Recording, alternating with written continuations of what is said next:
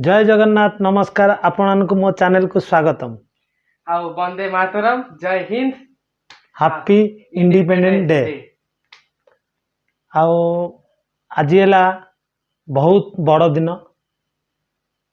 है आमर आज जो अगस्ट 15 से बड़ दिन मु आज ये अगस्ट 15 रे आपण किसी कहवाक चाहूँगी। कौन कहवाक चाहूँगी मु आज सी गोटे भल ब्लॉग नहीं कि आपण ब्लॉग सहित रेसिपी भी अच्छी आउ एटा इंडिपेंडेंट ब्लॉग एटा मु करछि स्पेशल आज मु आज आपण कहवाक चाहूँगी। आज जो अगस्ट 15 टी है कौथ है से विषय किसी कहवाक चाहूँगी। आउ आज अगस्ट 15 टा आम बहुत बड़ दिन। केमितिका बड़ दिन देखो केमिति बड़ दिन कारण आज जो अगस्ट 15 आम एठी बसीचे जी शोचे कथा होचे भल मंद काम करुचे भल दुनिया देखुचे आम देश देखुचे। आज किछि लोक मान आज आज आम एठी बसीचे शांति रे हसुचे खाऊचे सब किछि करुचे। से लोक मान आम देशर महापुरुष जे कि आम देश को रक्षा कर सब आउ शत्रु मानक ठारू आम देश को छड़े आनी तांको निज बलिदान रे छड़े आनी से आमे तांको सर्वप्रथमे भगवान को पाखरे जगन्नाथ पर प्रार्थना करिवा तांको आत्मा सबुबले शांति पाऊ। देखंतु से माने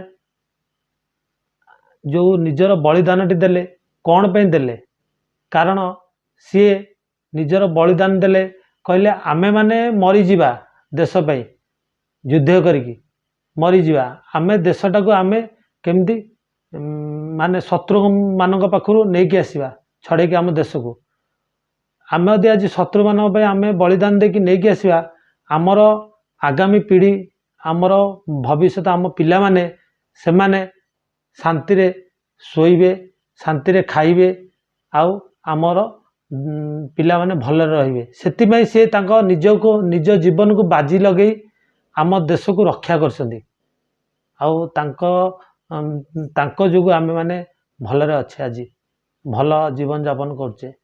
आउ देखंतु सेही परी आमे आज अगस्ट 15 रे आमे माने भी गोटे शपथ ग्रहण करिबा आम नेक्स्ट पीढ़ी पई।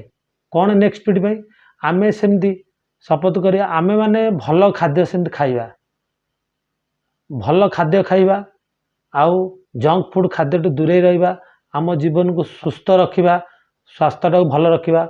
देखंतु सेमाने सेमती महापुरुष माने सेमाने फास्ट फूड सेतले किछि नथला सेमाने भल खाद्य खाउतले भल खाद्य खाइकी निजे शक्ति होइतले बलवान होइतले युद्ध करतले साहस आसतला।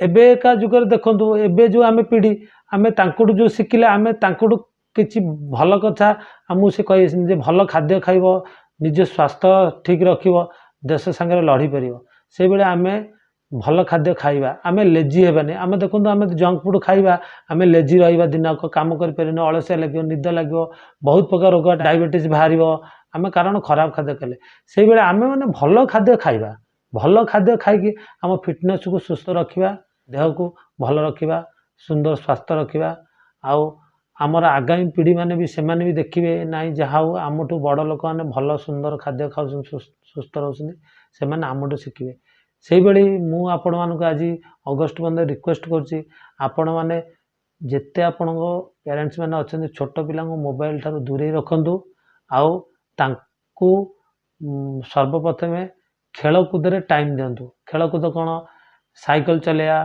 को दिंतु आमर किसी ना पार्क रे किसी एक्सरसाइज करांतु सकाळ छुट्टी दिन रे किसी ना आपड़ जिते टाइम मिलूँ घरे म्यूजिक टे लगे दिंतु म्यूजिक लगे सी डांस करूँ भल हम फिजिकाली वर्कआउट करूँ कहीं फिजिकाली वर्कआउट कले छोट पिला एक्टिव रे आ लेजी हेबेनी आउ भल खाद्य दिंतु जल्दी उठातु ठीक टाइम रे शुआंतु तांकर धीरे धीरे चेंज हे सी आगामी पीढ़ी पे आमर भविष्य आ सी आमर आमे माने ठीक करके लाइन के आमे तांकु नेले सी आम देशटा को पुणी आगामी पीढ़ी आम देशटा को आहरी से सुंदर करदेवे से आमे तांकु भल खाद्य देवा सुस्थ रखा आम तांकु ସବୁବେଳେ ଫିଟ୍ ରଖିବା ଆମ ପିଲାମାନେ, କାରଣ ଆମ ପିଲାମାନେ ହିଁ ଭବିଷ୍ୟତ।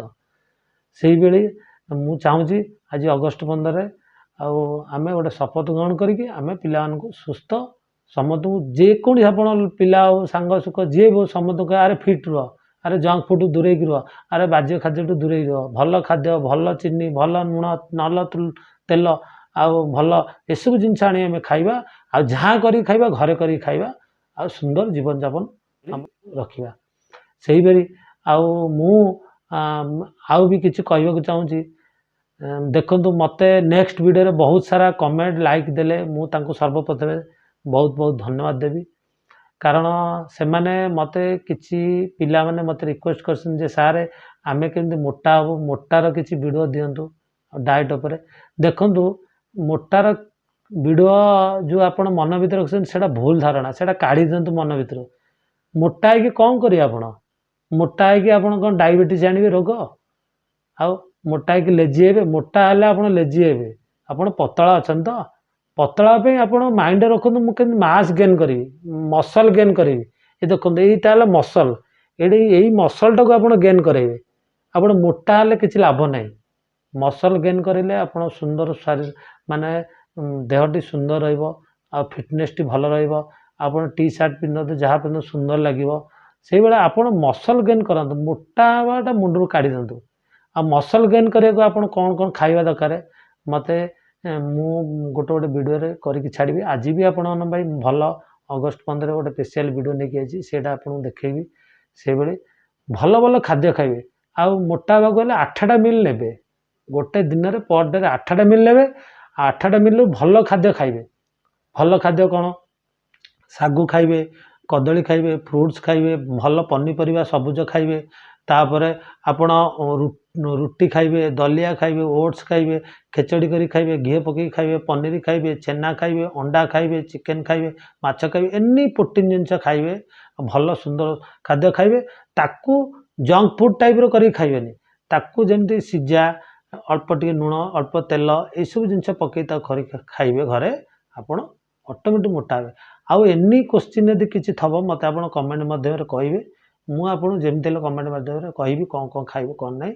ଆଉ ଆପଣଙ୍କୁ ବି ନମ୍ବର ଦେବି, ଆପଣ ମୋ ସାଙ୍ଗରେ ଫୋନ୍ କରିବେ, କଥା ହେବେ, ମୁଁ ଆପଣଙ୍କୁ ରିପ୍ଲାଏ ଦେବି କ'ଣ କ'ଣ ଖାଇବେ।